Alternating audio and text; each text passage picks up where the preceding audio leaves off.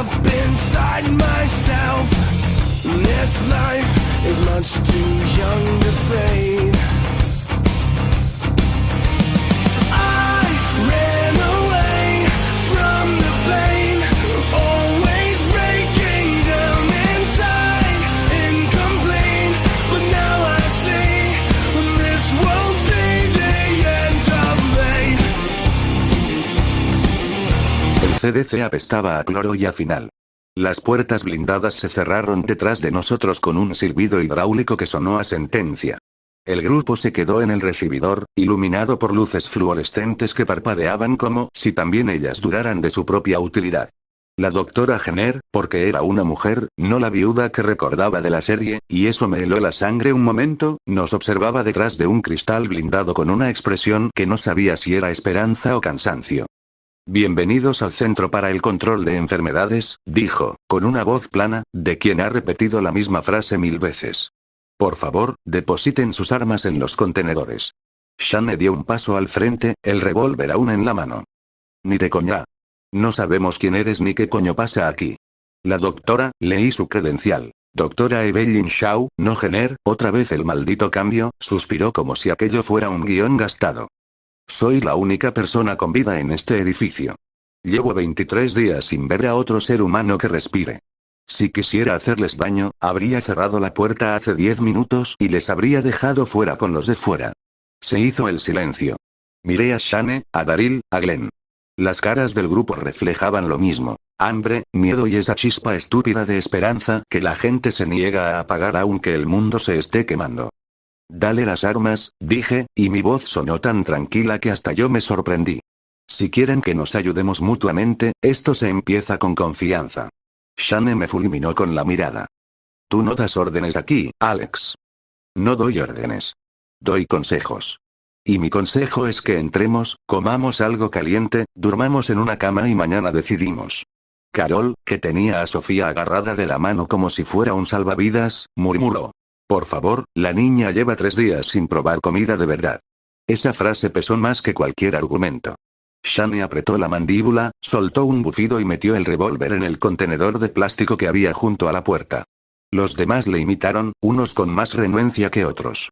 Yo deposité la Glock y el cuchillo, el Bowie de 9 pulgadas que ya olía a acero y a podredumbre, y noté cómo la doctora Shaw asentía, apenas perceptible, detrás del cristal. Las puertas interiores se abrieron. El interior del CDC era más grande de lo que recordaba de la serie, pero igual de vacío.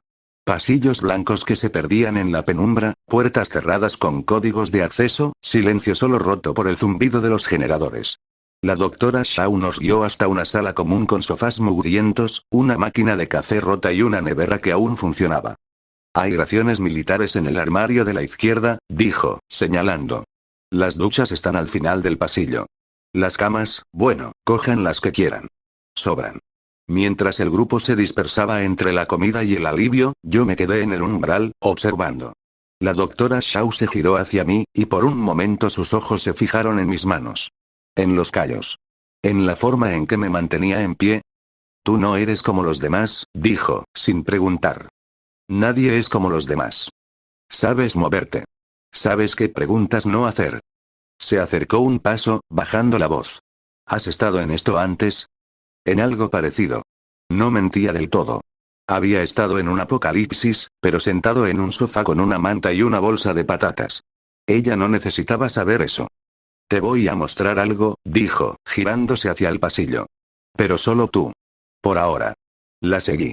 Mis botas apenas hacían ruido en el suelo de linóleo. Las suyas, unos zapatos de tacón bajo que debían de ser el único calzado que le quedaba, repiqueteaban como un metrónomo nervioso.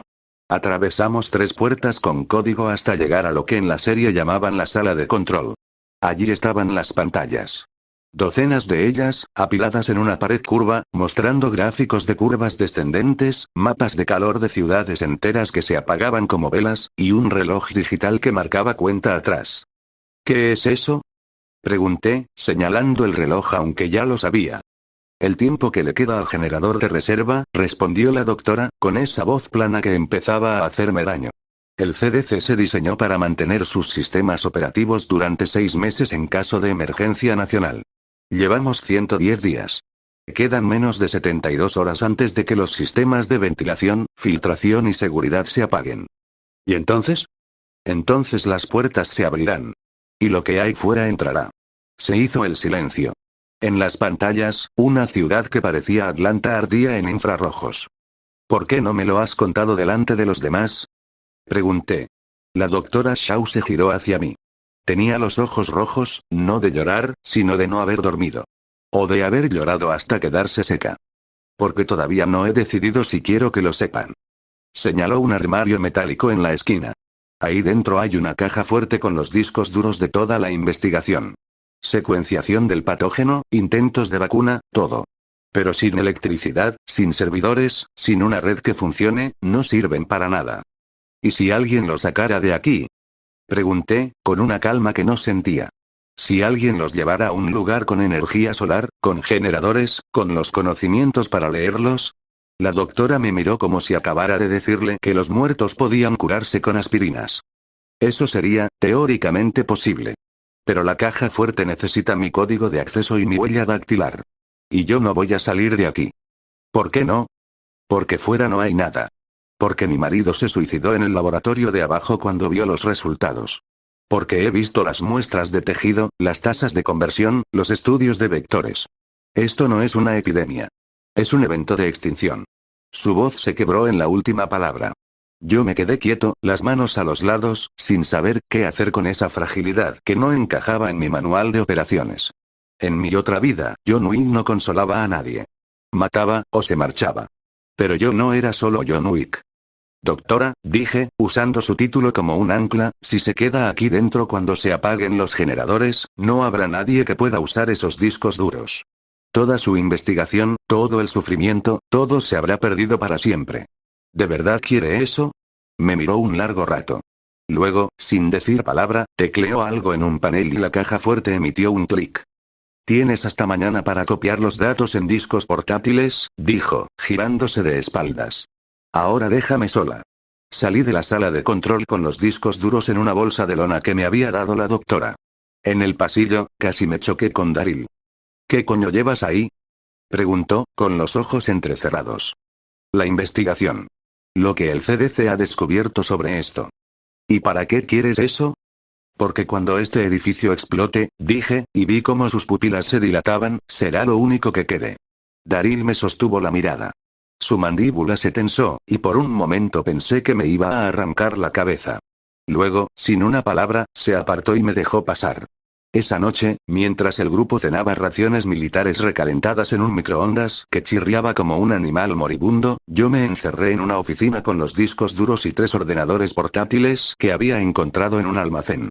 Copiar los datos llevaba horas, y mis dedos volaban sobre los teclados con una velocidad que ni siquiera yo esperaba.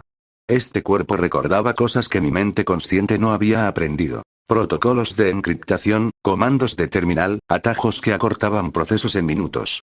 A medianoche, Glenn llamó a la puerta. Oye, ¿puedo pasar? Depende. ¿Traes algo de comer? Un poco de café instantáneo. El malo. Entonces pasa. Se sentó en una silla plegable y me observó mientras las barras de progreso de las copias avanzaban lentamente en las pantallas. No eres agente inmobiliario, ¿verdad? Preguntó, al fin. Dejé de teclear un momento. No. ¿Qué eras? Pensé en decírselo. En contarle toda la verdad, o una versión creíble. Pero ¿cómo explicas que has muerto en otro mundo y has reencarnado en el cuerpo del asesino más peligroso de la ficción? Sonaba a locura. Y aunque el mundo ya era una locura, había límites. Trabajaba para gente que no debía, respondí al final. Hacía cosas que no debía. Y un día intenté salir. ¿Y qué pasó? Me mataron. Glenn se quedó callado. El zumbido de los ordenadores llenó el vacío. Pero estás aquí, dijo, señalándome con la taza de café. Estoy aquí, repetí, como si esas 2 palabras lo explicaran todo. No lo explicaban, claro. Pero a veces no hace falta. A la mañana siguiente, reuní al grupo en la sala común. La doctora Shaw no estaba presente. La última vez que la vi, estaba en la sala de control, mirando las pantallas con una mano apoyada en el cristal. En menos de 48 horas, este edificio perderá toda la energía, empecé, sin rodeos. Cuando eso pase, las puertas se abrirán y los caminantes entrarán. No hay un plan B, no hay refuerzos. No hay cura. El pánico fue inmediato. Andrea se levantó de la silla con los puños apretados. Carol abrazó a Sofía con más fuerza. Shane me miró como si acabara de confirmar todas sus sospechas. ¿Y cómo coño sabes tú eso? Escupió. Me lo ha dicho la doctora. Y he visto los sistemas. El generador de reserva está fallando. No hay manera de pararlo. Nos has traído a una trampa. Gritó Merle, que seguía con las bridas en las muñecas, pero se retorcía como una serpiente. Nos has metido en una puta ratonera. No os he traído, dije, con voz firme pero no violenta. Vinisteis porque queríais. Y yo he venido con vosotros. Pero ahora tenemos que decidir si salimos antes de que sea tarde, o si nos quedamos aquí a morir como ratas. Silencio. Daryl se levantó de su rincón y se plantó delante de mí. ¿Tú tienes un plan? Preguntó, con esa voz grave que parecía salir del fondo de un pozo. Siempre tengo un plan. ¿Cuál es? Salir de aquí, volver a la furgoneta donde tengo los suministros, y encontrar un lugar seguro donde pasar los próximos meses. Hay una granja al sur, propiedad de unos Greene. Está aislada, tiene agua, tierras de cultivo y una valla que podemos reforzar. ¿Y cómo sabes todo eso? Insistió Shane, dando un paso al frente. ¿Cómo sabes lo de la granja, lo del generador, lo de los CDC? Nadie puede saber todo eso. Me quedé mirándolo. A mi alrededor, las caras del grupo esperaban una respuesta. Incluso Sofía, pegada a su madre, me miraba con unos ojos enormes que pedían una explicación que no merecía. Porque esto ya ha pasado, dije, y las palabras salieron solas, como si algo dentro de mí se hubiera roto. No en este mundo, no en esta vida, pero, lo he visto. He visto cómo moría gente que no debía morir. He visto decisiones que llevaban a más dolor. Y he vuelto para intentar cambiarlo. Hubo un silencio tan denso que se podía palpar. Daryl parpadeó. Glenn abrió la boca y la cerró. Shane negó con la cabeza, despacio, como si estuviera procesando un golpe en la nuca. «Estás loco», dijo al final. «Completamente loco». «Puede», respondí. «Pero si estoy loco, al menos lo estoy con un mapa y con un plan. ¿Vosotros tenéis algo mejor?» Nadie respondió. Esa tarde, mientras preparábamos la salida del CDC, la doctora Shaw se acercó a mí en el aparcamiento subterráneo. Llevaba una mochila pequeña y una carpeta de plástico bajo el brazo. «He cambiado de opinión», dijo, sin mirarme a los ojos. «Me voy con vosotros». «¿Y los discos duros?» «Están en la carpeta.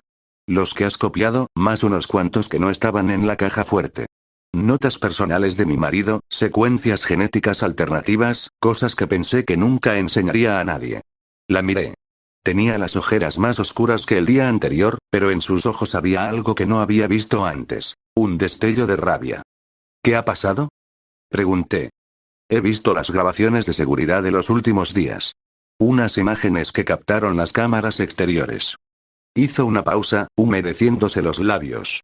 «Mi marido no se suicidó porque perdiera la esperanza. Se suicidó porque los de arriba le ordenaron que destruyera las muestras del patógeno original y él se negó. Le dieron una opción, quemar los laboratorios a morir. Él eligió la tercera opción». La doctora levantó la carpeta. «Esto es lo que queda de su trabajo. De nuestro trabajo. Y no pienso dejarlo aquí para que se queme». Asentí. No había nada que decir. Algunas batallas se ganan con balas, y otras con papeles manchados de cafeína y lágrimas. Subimos a la furgoneta blanca, la que yo había camuflado como de fontanero, y salimos del aparcamiento del CDC justo cuando el sol se ponía. El grupo iba apretujado en la parte de atrás, con las armas repartidas y las miradas fijas en la carretera. Daryl iba copiloto, con la ballesta entre las piernas y los ojos pegados al retrovisor. Atrás quedaba Atlanta. Atrás quedaba la azotea, el campamento, el CDC con su cuenta atrás. Delante, la granja de los Greene. Y más allá, la prisión. Y más allá, todo lo que recordaba y todo lo que no podía cambiar. Conduje en silencio durante horas. La doctora Shaw se quedó dormida en el asiento trasero, con la carpeta abrazada al pecho como un salvavidas. Glenn y Carol susurraban algo sobre racionar la comida. Merle seguía esposado y callado, por primera vez, mirando por la ventanilla con una expresión que no sabía si era rencor o miedo. Yo miraba la carretera. Las líneas blancas pasaban bajo las ruedas como los segundos de un reloj que nunca se podía parar.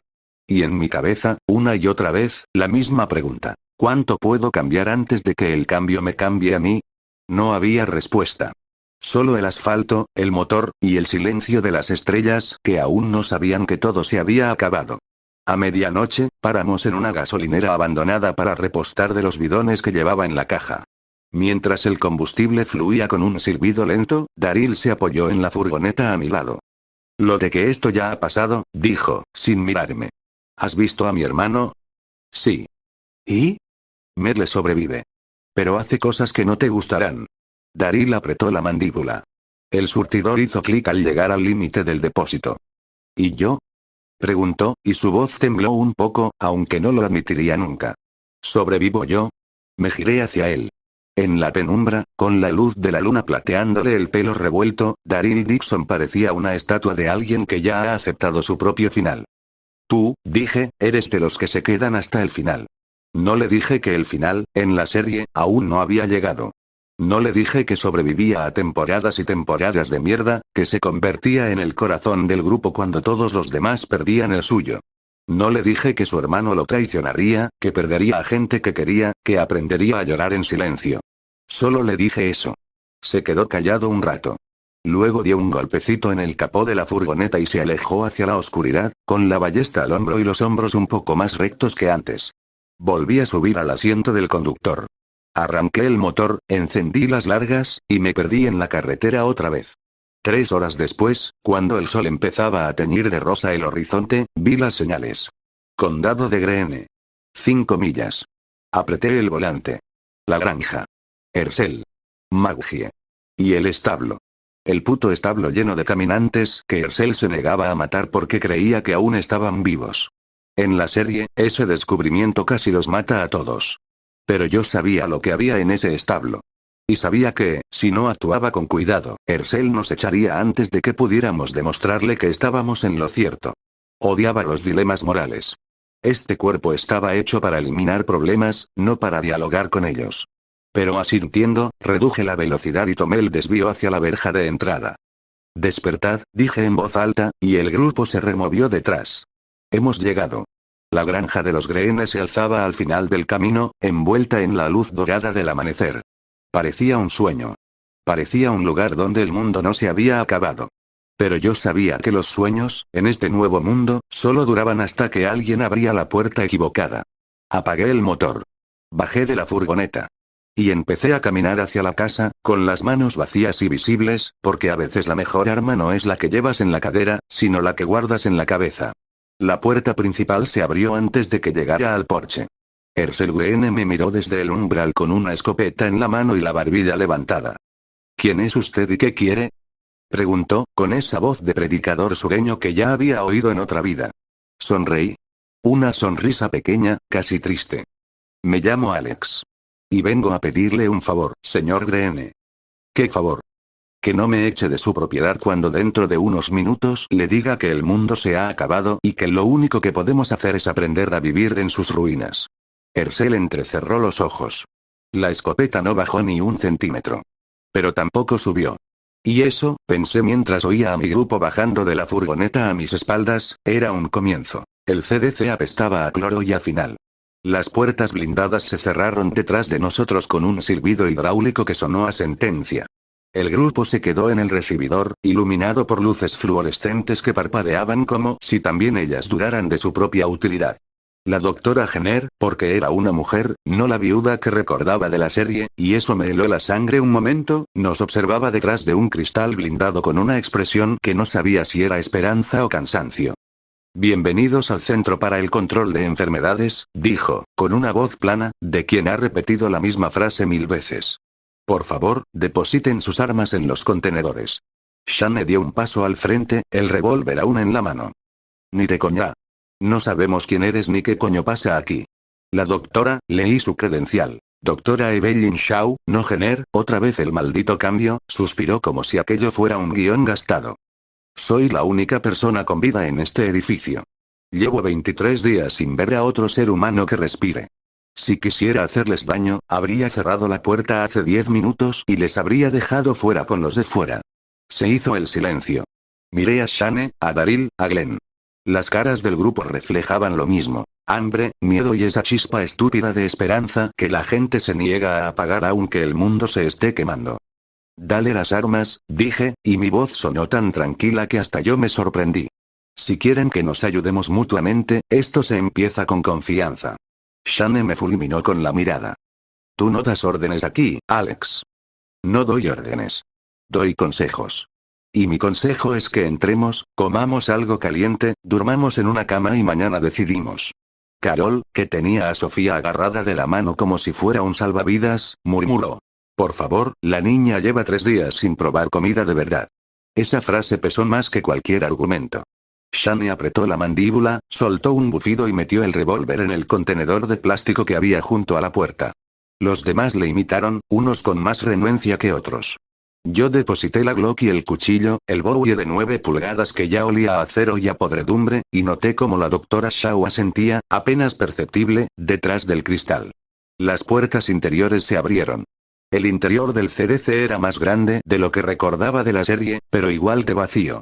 Pasillos blancos que se perdían en la penumbra, puertas cerradas con códigos de acceso, silencio solo roto por el zumbido de los generadores. La doctora Shaw nos guió hasta una sala común con sofás mugrientos, una máquina de café rota y una nevera que aún funcionaba. Hay raciones militares en el armario de la izquierda, dijo, señalando. Las duchas están al final del pasillo. Las camas, bueno, cojan las que quieran. Sobran.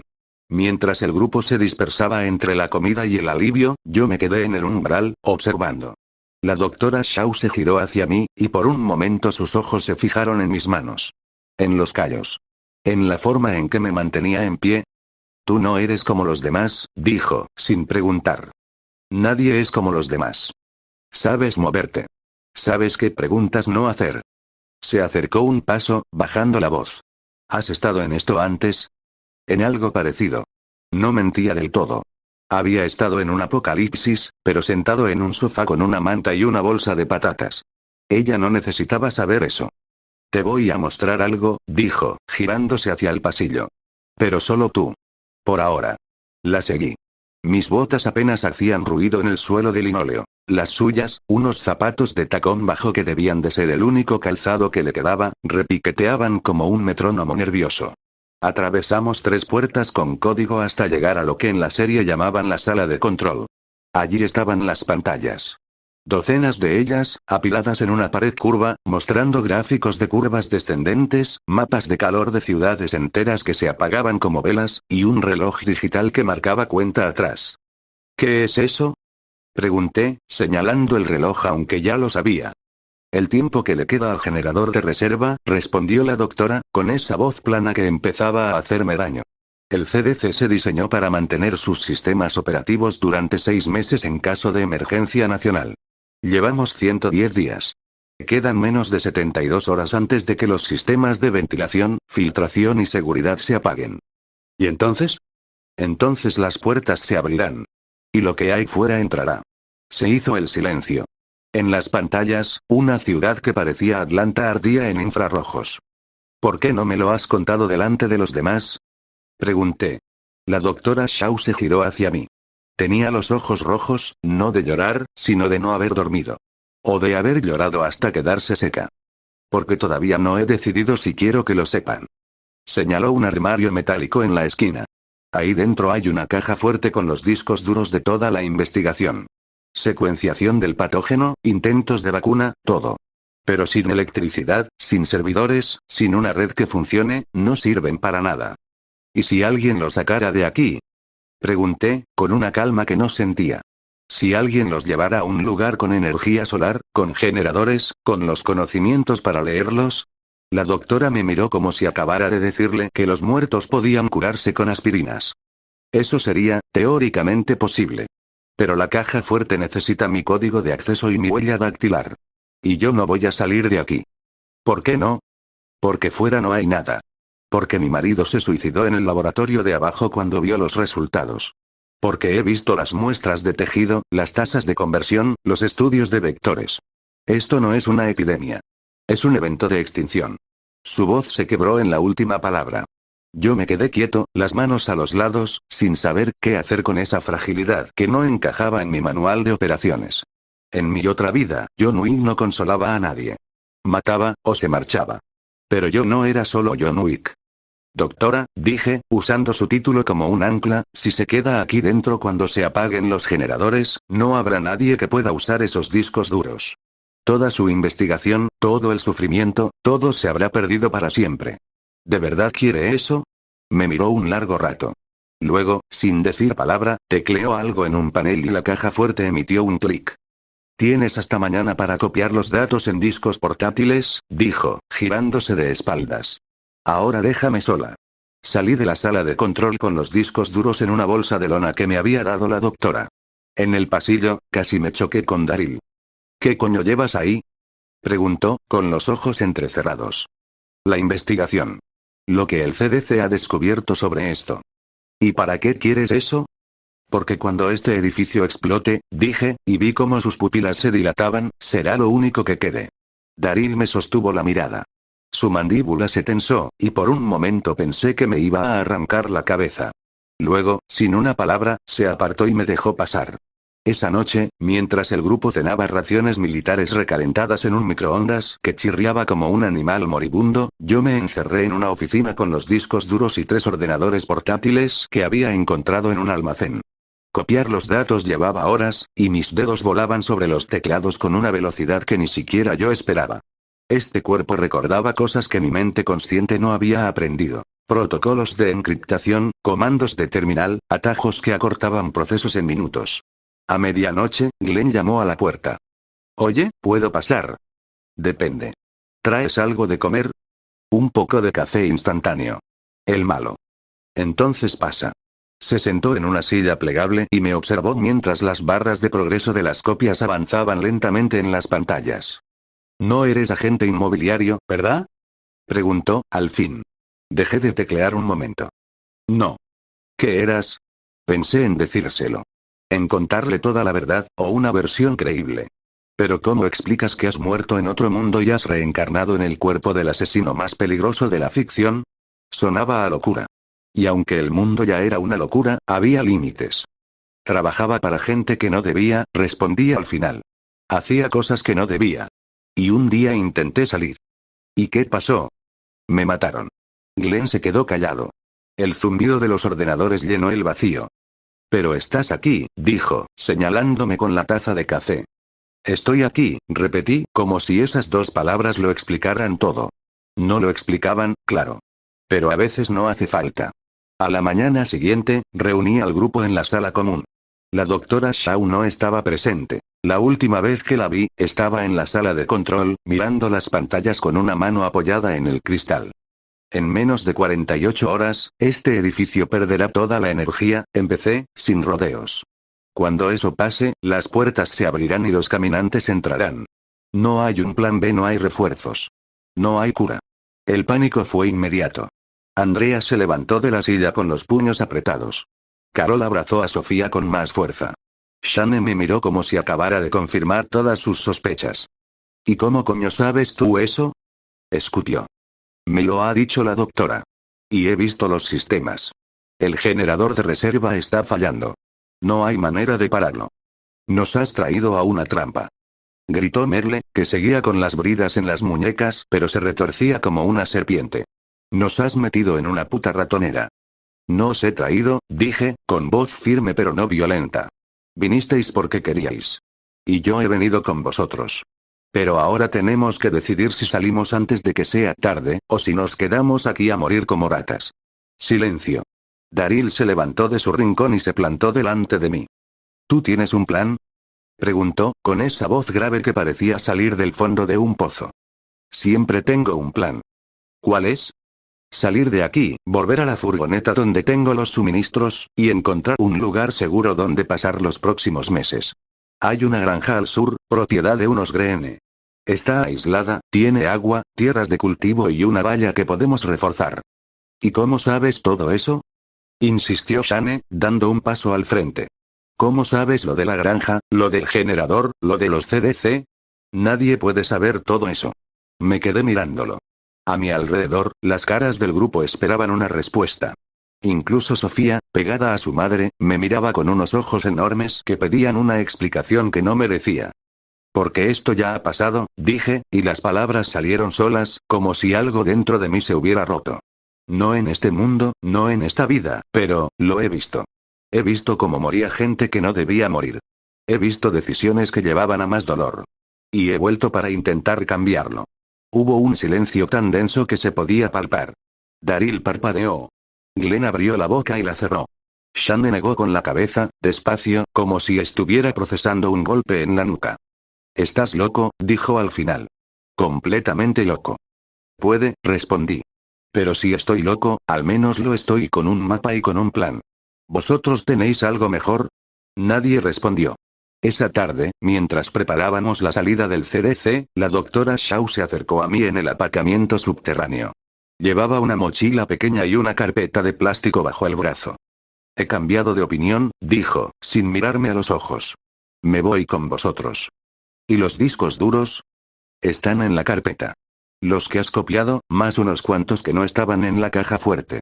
Notas personales de mi marido, secuencias genéticas alternativas, cosas que pensé que nunca enseñaría a nadie».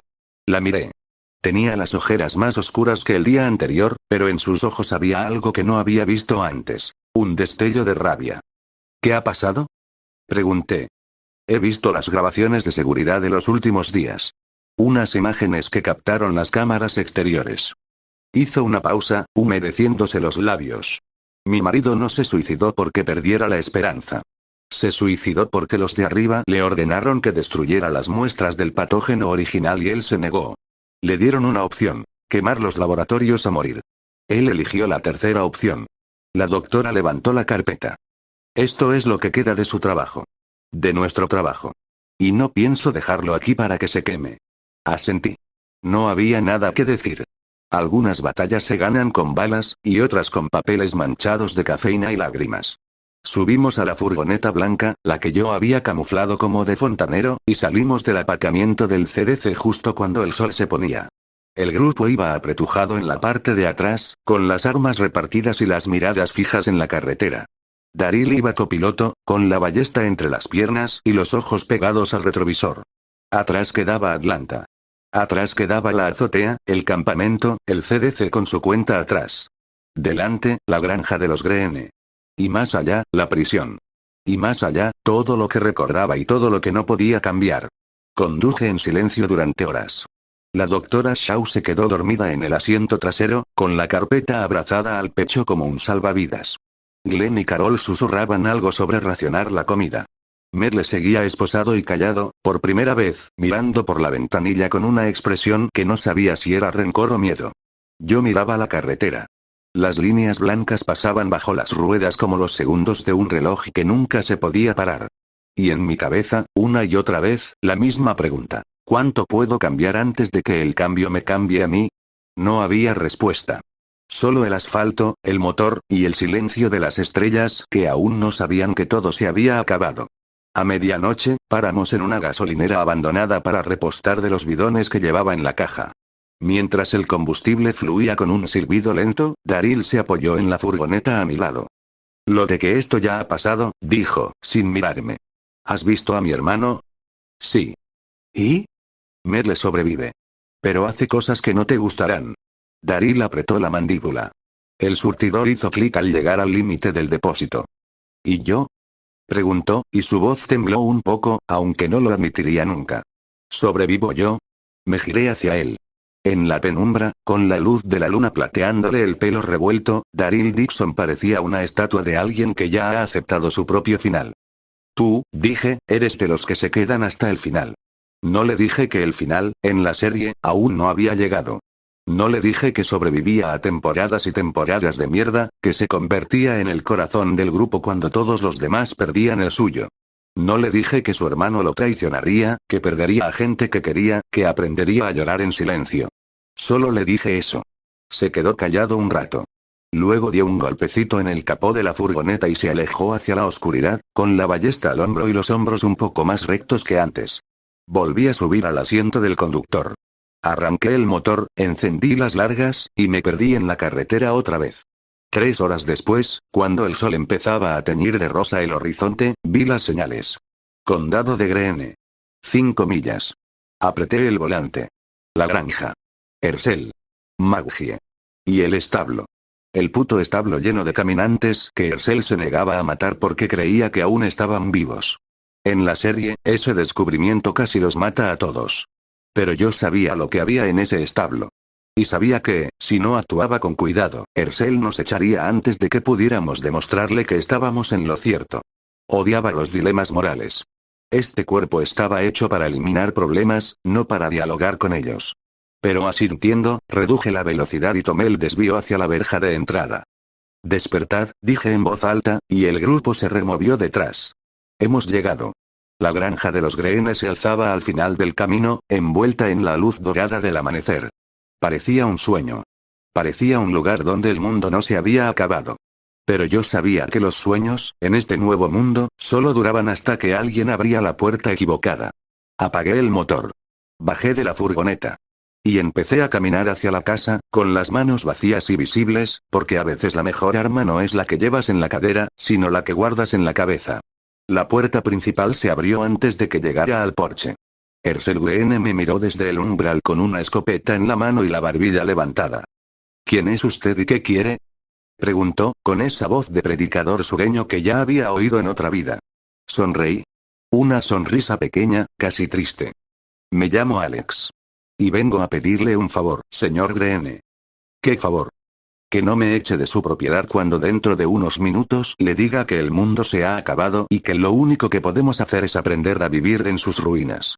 Ersel entrecerró los ojos. La escopeta no bajó ni un centímetro. Pero tampoco subió.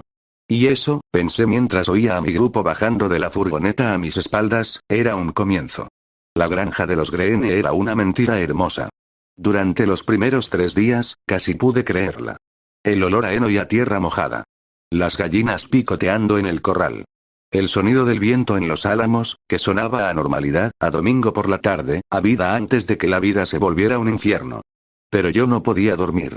No porque el cuerpo no lo necesitara, este maldito organismo parecía funcionar con 4 horas y un café, sino porque cada vez que cerraba los ojos, veía el establo. Lo veía con mis recuerdos de la serie. Las puertas de madera, el ruido sordo de los cuerpos chocando contra las tablas, la cara de Ersel cuando por fin entendía que sus enfermos no iban a curarse nunca. Me levantaba antes del amanecer, cuando la granja aún estaba en sombras, y hacía mi ronda. Revisaba el perímetro, comprobaba las trampas que había puesto con latas y alambre al otro lado del camino, y luego me sentaba en el porche trasero con el AR-15 cruzado sobre las rodillas. Allí, a solas, podía pensar. Y lo que pensaba era que no podía esperar. En la serie, el grupo pasó semanas en la granja antes de que estallara lo del establo. Semanas de falsa seguridad, de charlas alrededor de la fogata, de Shane obsesionándose con Lori, de Rick intentando ser el líder que todos necesitaban. Pero aquí Rick no había llegado. Aquí, el grupo que había sobrevivido a Atlanta era más pequeño y, en cierto modo, más vulnerable. Dependían de mí más de lo que me gustaba.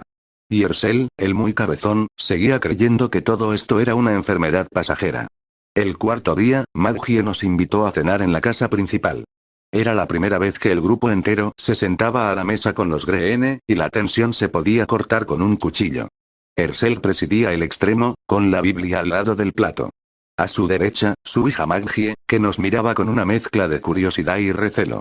A su izquierda, la hermanastra Beth, que apenas levantaba la vista del mantel. Y en los extremos, los nuestros. Shane, Daryl, Carol con Sofía, Glenn, Andrea, Amy, Dale, la doctora Shaw, y Merle, todavía con las muñecas marcadas por las bridas pero suelto, ocupando las sillas que habían pertenecido a alguien más. Porque en la mesa faltaban 2. Los hijos de Ersel que ya estaban muertos. Shaun y Annette, cuyos nombres recordaba de la serie pero cuyas caras no había visto nunca. Ersel apoyó los antebrazos en la mesa y nos miró uno por uno. Cuando llegó a mí, se detuvo. He notado que usted, señor Shaw, hace rondas nocturnas alrededor de mi propiedad. ¿Desconfía de algo en concreto?, preguntó, con ese tono cortés que no conseguía ocultar el filo. Desconfío de todo, respondí, sin azúcar. Es la única manera de no morir. Vive con mucho miedo para un hombre que maneja las armas como si fueran parte de su cuerpo. No es miedo, señor Greene. Es respeto por lo que hay ahí fuera. Shane soltó una risa seca. Lo que hay ahí fuera son hijos de puta con hambre de carne. Y nosotros estamos aquí sentados como si esto fuera un maldito picnic. En esta casa no se blasfema, le cortó Ersel, con la voz helada. El silencio se hizo incómodo. Maggie bajó la cabeza. Beth se llevó un trozo de pan a la boca sin masticarlo. Carol pasó un brazo por encima de Sofía, que miraba el pollo asado como si fuera el último que vería en su vida. La doctora Shaw, Evelyn, me había obligado a llamarla por su nombre la noche anterior, mientras copiábamos los discos duros, carraspeó y sacó una libreta de la bolsa. Señor Greene, me gustaría hablar con usted sobre la posibilidad de instalar unos paneles solares en el tejado de su casa. Los que traje del CDC podrían cubrir parte del consumo eléctrico, y si conseguimos... No me interesa, interrumpió Ersel, levantando una mano. Aquí llevamos 100 años sin depender de la electricidad, y podemos seguir 100 más. Con respeto, señor Greene, intervine, dejando el tenedor, no va a haber 100 años más. El mundo ha cambiado. Y si no se adapta, su familia va a correr peligro. Los ojos de Ersel se clavaron en los míos. Por un momento vi algo en ellos que no esperaba. Terror. No a los caminantes. A que yo tuviera razón. Después de cenar, dijo, levantándose de la mesa con la escopeta que siempre llevaba consigo, deme un paseo por los terrenos. Quiero enseñarle algo. Lo sabía. El establo. De acuerdo, respondí, y seguí comiendo como si nada. Daryl me miró por encima de su plato. No dijo nada, pero algo en sus ojos me advirtió. Él también había notado que Ersel evitaba una parte de la propiedad. Él también había oído los ruidos por la noche. Después de cenar, mientras los demás se dispersaban entre la casa principal y las dependencias que habíamos ocupado, acompañé a Ersel por el sendero de grava que bordeaba el establo. La luna estaba casi llena, y las sombras de los árboles parecían dedos alargados sobre la hierba. «Usted sabe lo que hay ahí dentro», dijo Ersel, sin dejar de caminar. No era una pregunta. «Sí». «¿Cuánto tiempo lleva sabiéndolo?» «Desde que llegué. Los he oído. Y he visto las marcas en la puerta. Los arañazos. Nos detuvimos a 20 metros del establo. Desde dentro llegaba un rumor sordo, un arrastrar de pies y un gemido ahogado que se mezclaba con el viento. Ersel apoyó una mano en la valla de madera y suspiró. «Son personas», dijo, con la voz rota. «Vecinos. Gente que trabajaba la tierra a kilómetros a la redonda. Mi hijastro Shaun. Mi mujer, Annette. No puedo matarlos. No están vivos, señor Greene. Lo sé. Pero tampoco puedo aceptarlo». Me giré hacia él. En la penumbra, el granjero parecía mucho más viejo que sus 60 y tantos años. Tenía la piel gris, los hombros hundidos, y en las manos, las mismas manos que sostenían la escopeta con firmeza, vi un temblor que no podía ocultar. «Le voy a hacer una propuesta», dije, metiendo las manos en los bolsillos de la chaqueta para que no viera mis puños cerrados. «Déjeme una semana. Si en una semana no he encontrado una manera de resolver esto sin matarlos, sin que usted los mate, entonces haremos lo que usted decida. Pero durante esa semana, quiero acceso al establo. Quiero observarlos. Tomar notas. Y quiero que Evelyn, la doctora, pueda examinar a uno de ellos en condiciones controladas». Ersel me miró como si le hubiera pedido que sacrificara a su primogénito. ¿Examinarlos? ¿Para qué? Para entender si hay alguna posibilidad. Por pequeña que sea. Mentía. Sabía que no la había. Pero necesitaba ganar tiempo. Necesitaba que Ersel confiara en mí lo suficiente para no echarnos antes de que yo pudiera preparar al grupo para lo que venía. Tardó un minuto entero en responder. El establo gimió detrás de nosotros. «Una semana», dijo al final. «Pero solo usted y la doctora. Nadie más entra en ese establo. Y si en algún momento considero que corren peligro, los vacío con mi escopeta y los echo de mi propiedad». Trato hecho. Nos dimos la mano. La suya estaba fría y temblorosa. La mía, firme. Demasiado firme.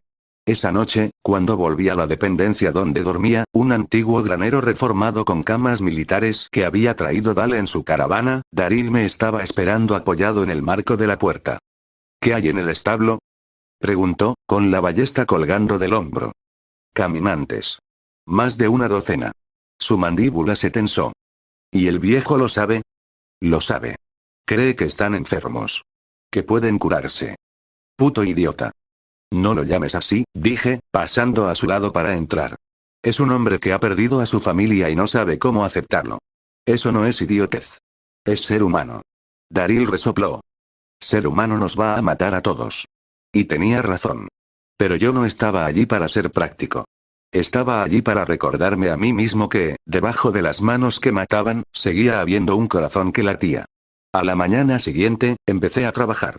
Evelyn y yo nos pusimos batas de laboratorio que ella había traído del CDC y máscaras de respiración con filtros. El establo olía a muerte y a heno podrido, pero lo peor no era el olor. Lo peor era verlos.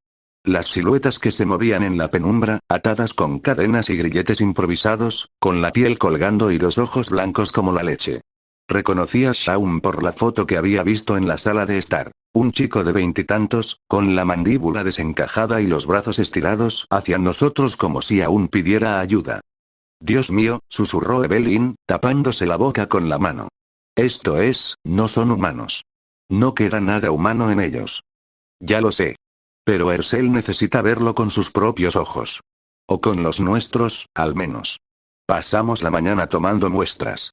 Evelyn extrajo tejido de un brazo, sangre coagulada, líquido cefalorraquídeo de un pinchazo en la nuca. Los caminantes no reaccionaban al dolor, pero sí al sonido y al movimiento. Eso lo sabía de la serie, pero verlo en directo era otra cosa. Cada vez que me acercaba demasiado, sus cabezas se giraban hacia mí con esa precisión macabra de los depredadores.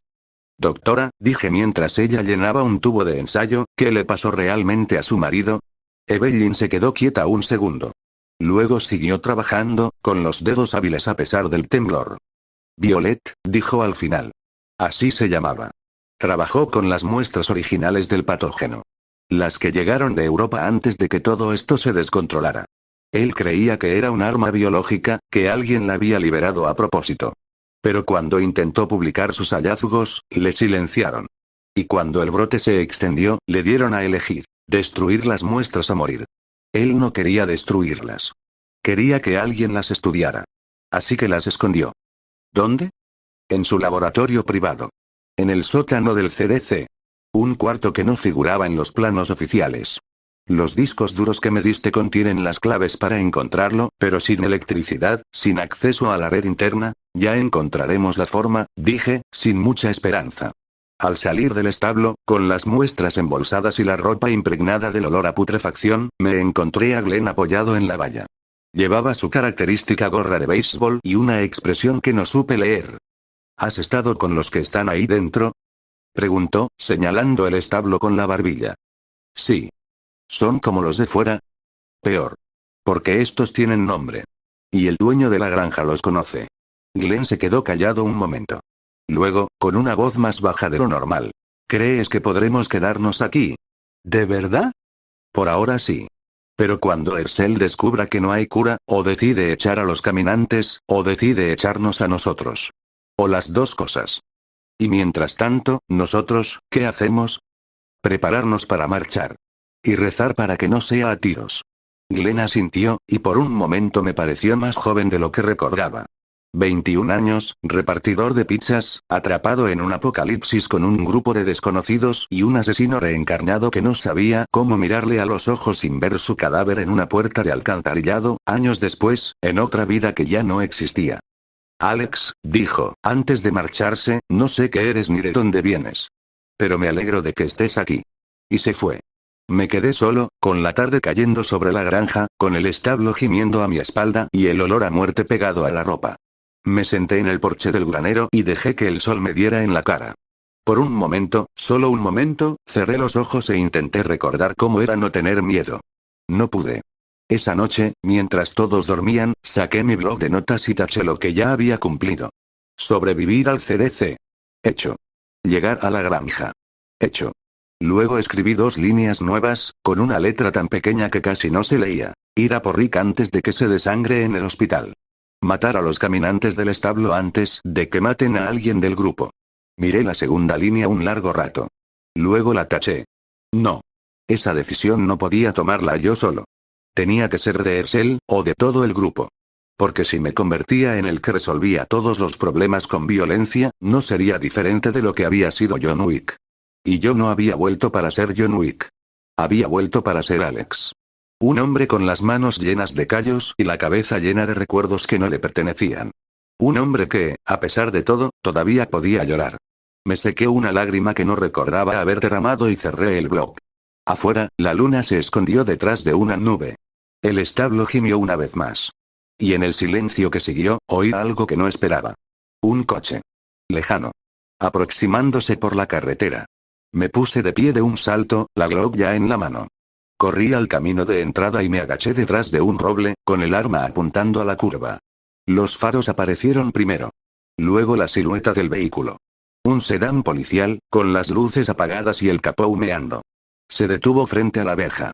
La puerta del conductor se abrió con un chirrido de goznes oxidados, y una figura se bajó con dificultad, apoyándose en el marco. Llevaba uniforme de policía. Llevaba la barba de varios días. Llevaba una llaga abierta en el costado, apenas vendada con tela sucia. Y llevaba la mirada perdida de alguien que ha visto demasiado en muy poco tiempo. Rick Grimes. Me quedé paralelo un segundo. 3 segundos. 5. Luego bajé el arma, salí de detrás del árbol y levanté una mano en señal de paz. ¿Necesita ayuda? Pregunté, con la voz más neutra que pude. El hombre, Rick, por Dios, Rick Grimes, con su sombrero de alguacil y los ojos azules inyectados en sangre, me miró como si yo fuera un fantasma. Busco a mi familia, dijo, con la voz ronca. Mi mujer. Mi hijo. Un hombre llamado Shane me dijo que viniera aquí. Mi corazón se paró. En la serie, Shane le había mentido. Le había dicho que Lori y Carl habían muerto. Pero aquí, en esta línea de tiempo alterada, Shane no había tenido tiempo de hacerlo. O quizás sí. Están dentro, dije, señalando la casa principal. Vamos, le llevaré. Rick dio un paso hacia adelante y casi se cae. Su mano se aferró a la verja como si fuera un salvavidas. El agujero de bala en su costado había reventado la costura improvisada, y la sangre empapaba la camisa azul. Va a desangrarse, dije, acercándome con cautela. Necesita un médico. No hay médicos, respondió, con una sonrisa torcida que no llegaba a sus ojos. Ya no. Pues tengo una doctora. Y un botiquín. Y un sofá donde puede colapsar con dignidad. Le tendí el brazo. Lo dudó un segundo. Luego lo aceptó. El peso de Rick Grimes contra mi hombro era más pesado de lo que esperaba. No por su cuerpo, que estaba demacrado, débil, sino por lo que representaba. El líder. El hombre que mantenía al grupo unido en la serie. El que tomaba las decisiones imposibles. Ahora estaba aquí, desangrándose en mi brazo, y yo no sabía si debía salvarlo o dejarlo morir para que el futuro no se torciera aún más. Pero mi cuerpo ya había decidido por mí. Mis piernas caminaban hacia la casa principal. Mis brazos sostenían a Rick con una firmeza que no admitía dudas. Y mi boca, casi sin que yo la controlara, dijo: Evelyn. Necesito ayuda aquí. Las luces de la casa se encendieron. Una ventana se abrió. La cara de Shane apareció en el marco, pálida como la luna. Vio a Rick. Y el mundo, por un momento, se detuvo.